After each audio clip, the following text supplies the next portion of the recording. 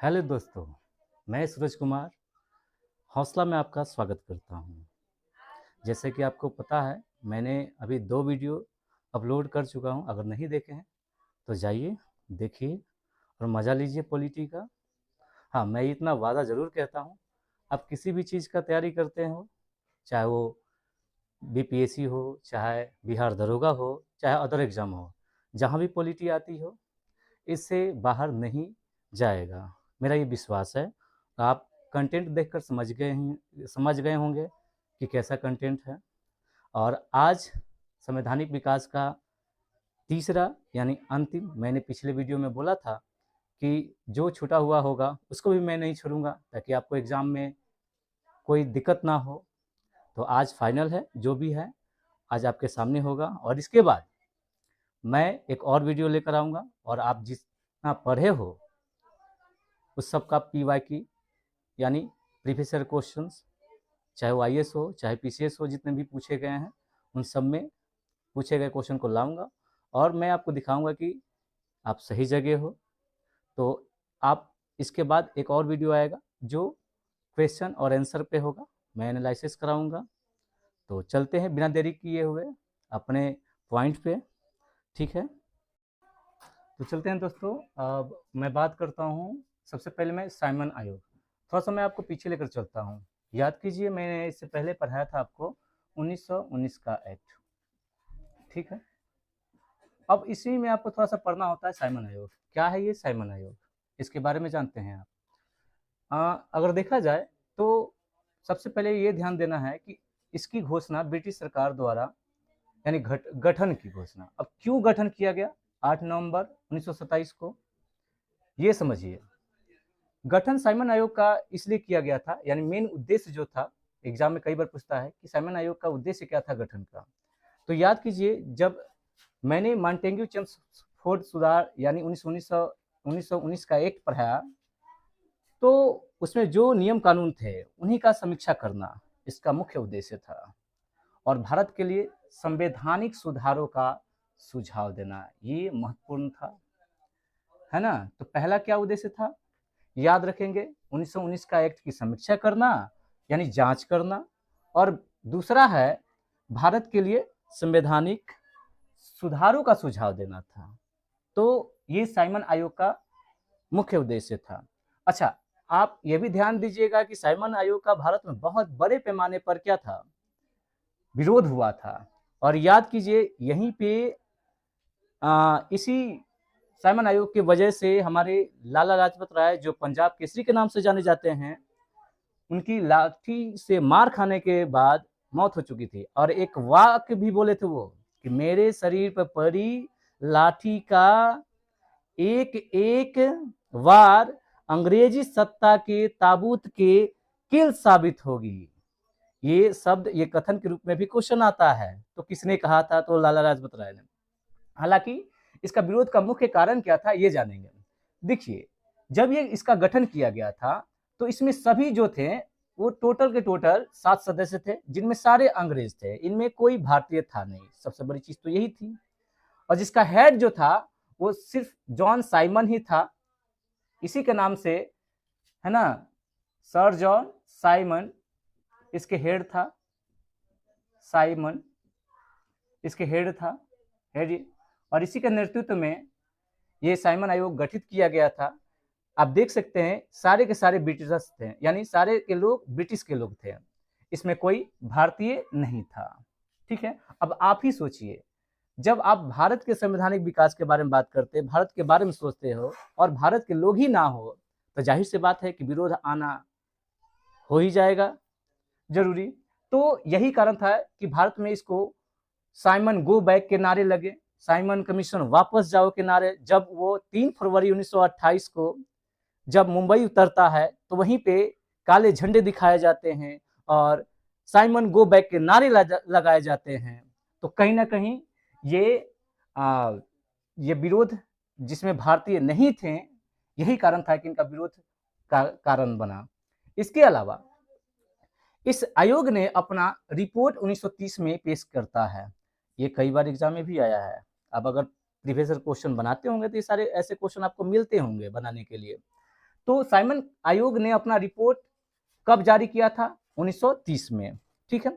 अच्छा, इसने क्या किया, यानी द्वैध शासन प्रणाली, राज्यों को, राज्य में सरकार का विस्तार, ब्रिटिश भारत के संघ की स्थापना, इसके अलावा सांप्रदायिक व्यवस्था को जारी रखने की सिफारिश की। सोचिए, इसने इस रिपोर्ट में द्वैध शासन, जो याद कीजिए प्रांतों में द्वैध शासन लागू था, हमने बताया 1919 का एक्ट, हालांकि वो 1935 के तहत प्रांतों में द्वैध शासन को समाप्त कर दिया जाता है और स्वायत्तता दे दिया जाता है, मैं इससे पहले भी बताया था आपको।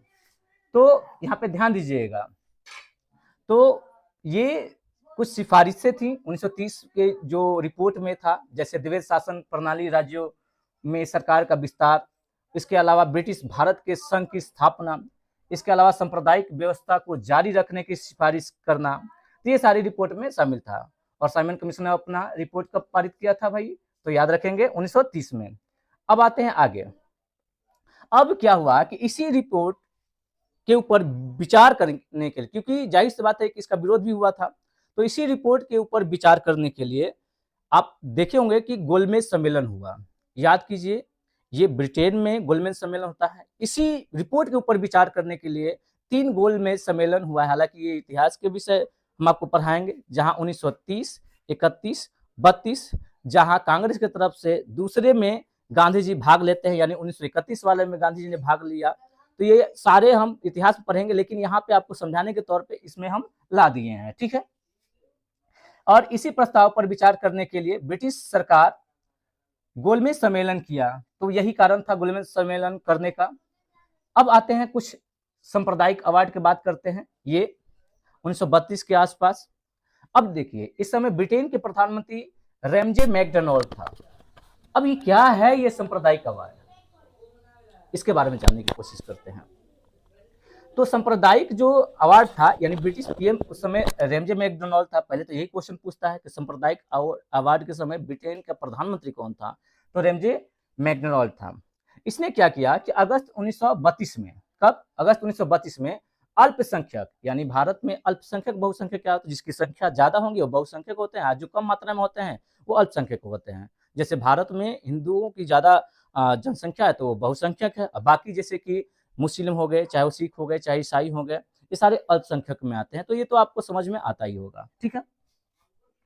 तो अल्पसंख्यकों के प्रतिनिधित्व पर, यानी उनके नेताओं पर, मतलब उनके नेतृत्व पर एक योजना की घोषणा की गई। अब ये योजना क्या था? तो कम्युनल, जिसे आगे चल के इसको कम्युनल अवार्ड या सांप्रदायिक अवार्ड के नाम से जाना गया। यानी कहने का मतलब यह है कि इन सबको बांटना है, एक लाइन में समझ लीजिए, ठीक है। अब क्या हुआ, यहाँ यहीं तक ये मतलब रुके नहीं, इसके अलावा आप देखेंगे कि इसी अवार्ड ने न सिर्फ मुस्लिमों, सिखों, ईसाइयों, यूरोपियनों और आंग्ल भारतीय, अच्छा आंग्ल भारतीय ये एक वर्ड आता है, आपको समझ में आना चाहिए। आंग्ल भारतीय उसे कहेंगे, मान लीजिए जैसे कि किसी के पिता यूरोप से हैं, कोई यूरोपीय कोई भी विदेश से हैं, जैसे इंग्लैंड या कोई फ्रांस, जो भी हो, बाहर के हो, चाहे उनके पूर्वज रहा हो, तो ये है आंग्ल, ऐसे लोग क्या कहलाते हैं? भारत में रहने वाले लोग आंग्ल भारतीय कहलाते हैं। तो यहाँ पे क्लियर हो गया होगा कि आंग्ल भारतीय क्या होते हैं। तो इस अवार्ड ने क्या किया, न सिर्फ मुस्लिमों, सिर्फ ईसाइयों, यूरोपियों और आंग्ल भारतीयों के लिए अलग निर्वाचन की व्यवस्था की, बल्कि दलितों के लिए भी। अब याद कीजिए, दलित जो थे, दलित समाज के लोग, अब आप याद कीजिए कि यही कारण था कि पूना समझौता हुआ है ना, भीमराव अम्बेडकर के बीच और गांधी जी के बीच, याद कीजिए यही कारण रहा। तो दलितों को भी इन्होंने बांटने की कोशिश कर दी, और यही कारण था कि गांधी जी इससे नाराज हो जाते हैं। अब जब नाराज हो जाते हैं तो पूना की यरबदा जेल में, याद रखेंगे कहाँ? पूना की यरबदा जेल में वो अनशन प्रारंभ कर देते हैं। जाहिर सी बात है, क्योंकि वो जानते थे कि अगर हम इतने बड़े लेवल पे जो आंदोलन कर रहे हैं, हम एकता को बढ़ावा दे रहे हैं, और ये जो अंग्रेज हैं उन सबको क्या कर रहे हैं? अलग अलग अलग थलग कर रहे हैं, तो कहीं ना कहीं हमारे जो आंदोलन है इस पे असर आएगा, यानी वो कमजोर होगा।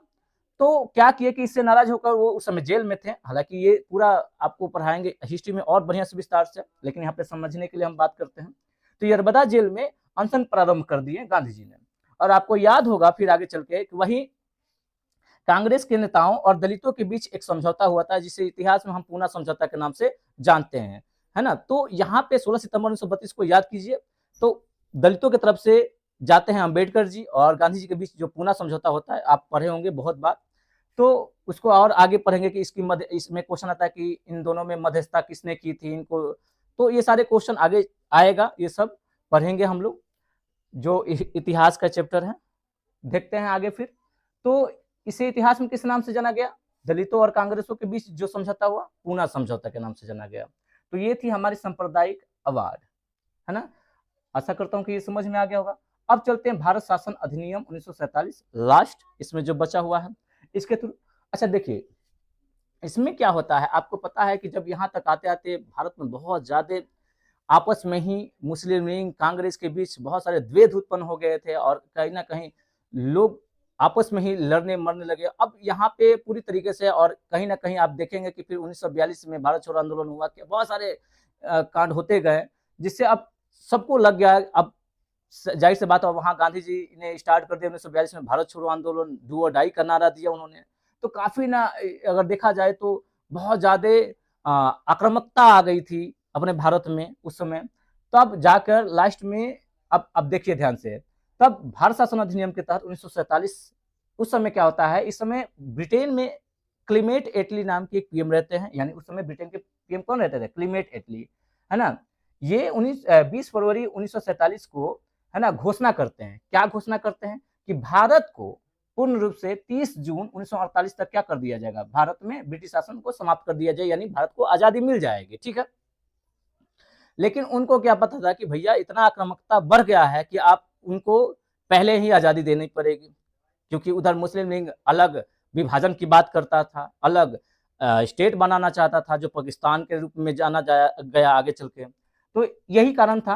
तब क्या हुआ, अगर बात करें तो क्लीमेट एटली तो कहा था कि 30 जून 1948 तक भारत को हम समाप्त करें। कई बार ये भी क्वेश्चन पूछ दिया जाता है कि ब्रिटेन के जो पीएम था क्लीमेट एटली, भारत में से ब्रिटिश शासन को कब तक समाप्त करने की कोशिश की थी, कही थी? तो याद रखेंगे 30 जून 1948 तक। अब क्या हुआ, इस घोषणा पर मुस्लिम लीग जो था वो आंदोलन करने लगा कि भैया हमको अलग स्टेट चाहिए, अलग स्टेट चाहिए। अब क्या हुआ, उसने विभाजन की बात कहने लगा। ये जो थे, ये विभाजन की बात कहने लगे तो भैया हम तो विभाजित होना चाहते हैं। क्यों भैया? क्योंकि यहाँ पे मोहम्मद अली जिन्ना थे और वो कहते हैं भैया कि हम अल्पसंख्यक के लिए दुख होगा, क्योंकि बहुसंख्यक अल्पसंख्यक पे जातियां करेंगे। कहीं ना कहीं ये मनगढ़ंत कहानी थी, एक प्रकार से वो अलग चाहते थे। तो यहाँ से अब आगे देखते हैं कि ये कहानी आगे कहाँ तक जाती है। तो चलते हैं दोस्तों, फिर आगे देखते हैं क्या हुआ। तो जैसे मैंने बताया अभी जस्ट कि मुस्लिम लीगों ने आंदोलन कर दिया, और जब आंदोलन कर दिया तो उसके बाद फिर क्या हुआ कि 3 जून 1947 को ब्रिटिश सरकार ने फिर साफ कर दिया, यानी फिर आया बात की, और उन्होंने कहा कि 1946 में जो गठित संविधान सभा था, याद कीजिए 1946 में ही संविधान बनाने के लिए संविधान सभा का गठन किया गया था। हालांकि इसके बाद वही चैप्टर पढ़ने वाले हैं, संविधान सभा ही पढ़ने वाले हैं इसके बाद, ये खत्म होने के बाद।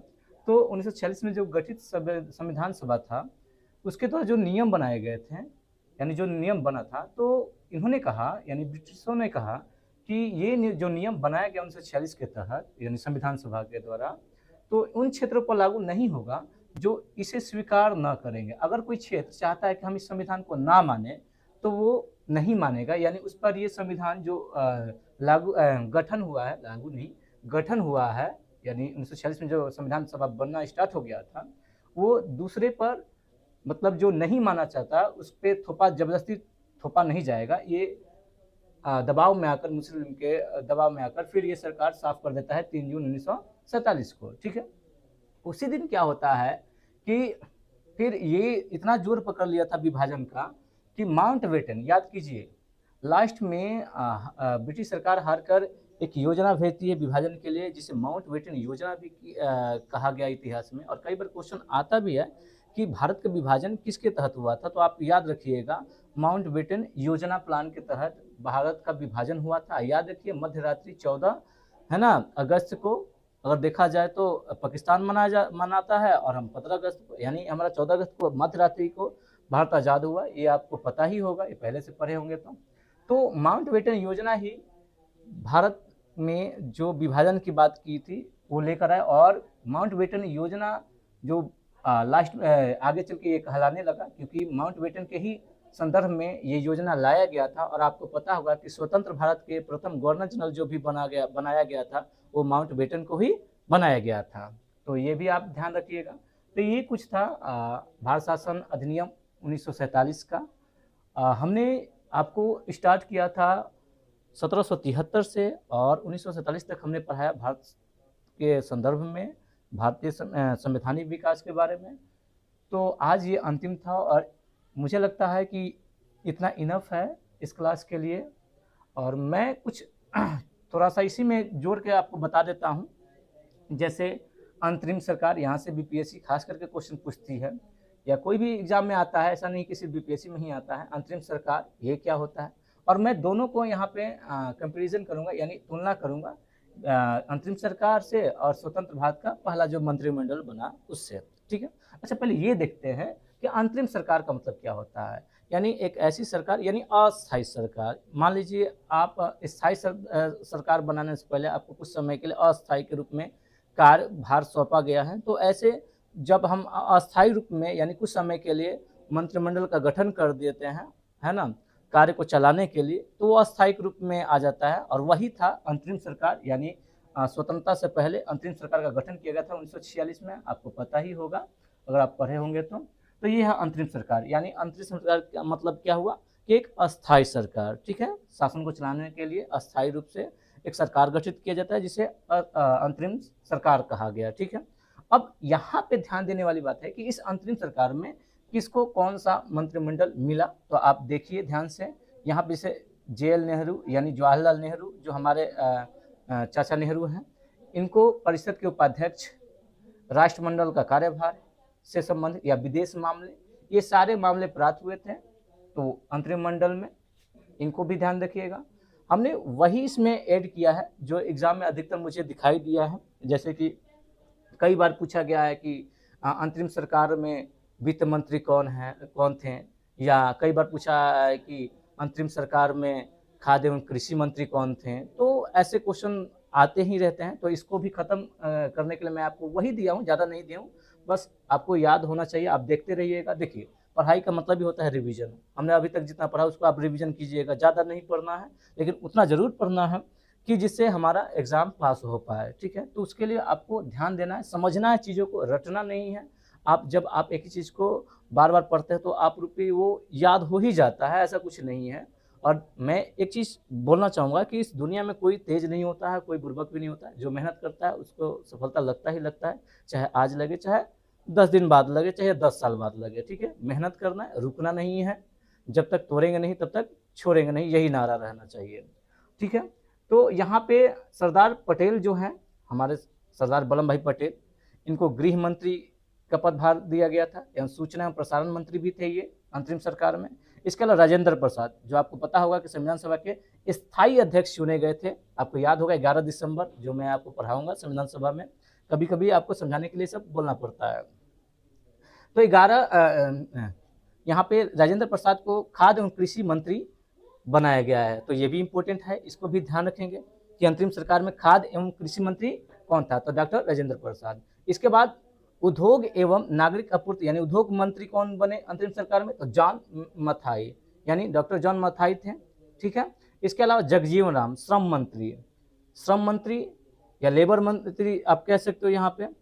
तो श्रम मंत्री कौन बने थे अंतरिम सरकार में, जगजीवन राम। इसके बाद रक्षा मंत्री अंतरिम सरकार में कौन बने, तो बलदेव सिंह कौन मंत्री बने थे, रक्षा मंत्री के पदभार संभाला था। इसके बाद CH भाभा यानी होमी जहांगीर भाभा की अगर बात करें यहाँ पे जाए, वो तो HC भाभा है, ये CH भाभा है, वो नहीं है।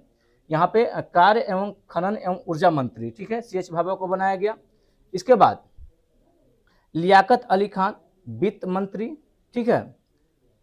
उसके बाद C राजगोपालाचारी यानी चक्रवर्ती राजगोपालाचारी शिक्षा एवं कला मंत्री, इनको दिया गया। इसके बाद ये ध्यान रखिएगा, कई बार अंतरिम सरकार में वाणिज्य मंत्री भी पूछ दिया जाता है, तो ये भी ध्यान दीजिएगा। II चुंदरीगढ़ का नाम क्या, आप चुंदरीगढ़ भी आप याद रखिएगा, तो आपको एग्जाम में आराम से वो आप टिक मार दोगे, उसमें कोई दिक्कत नहीं है।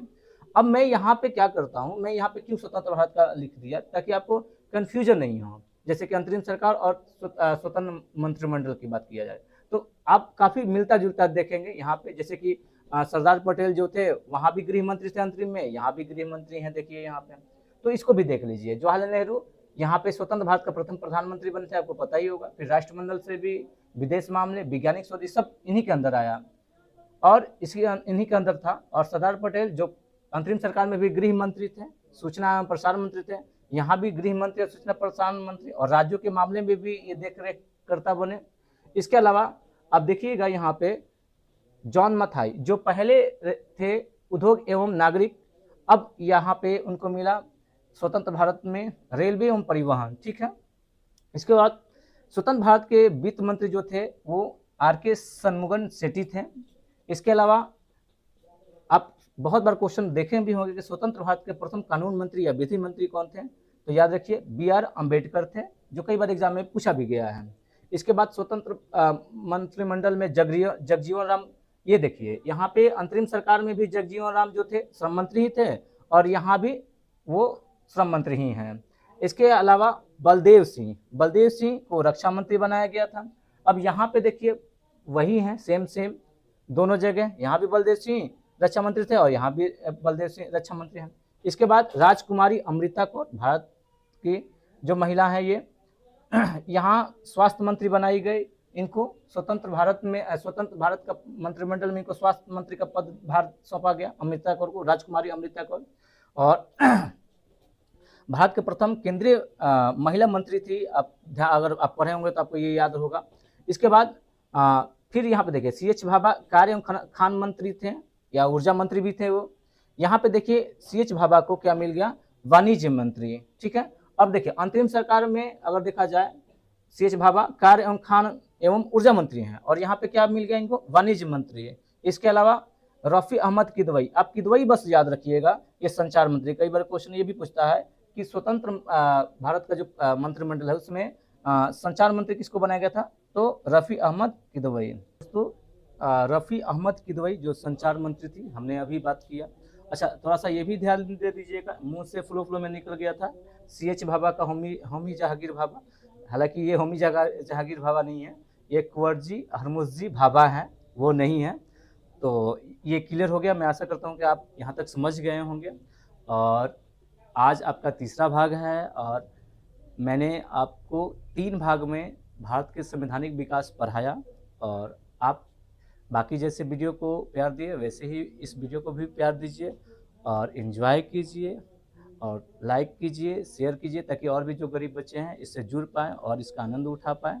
हम कोशिश करेंगे रेगुलर वीडियो लाने के लिए, ताकि आपका लाइफ में जो भी कुछ सपोर्ट कर सकते हैं आपके पढ़ाई में, वो मैं कर सकूं और आपके प्रिपेयर में साथ दे सकूं।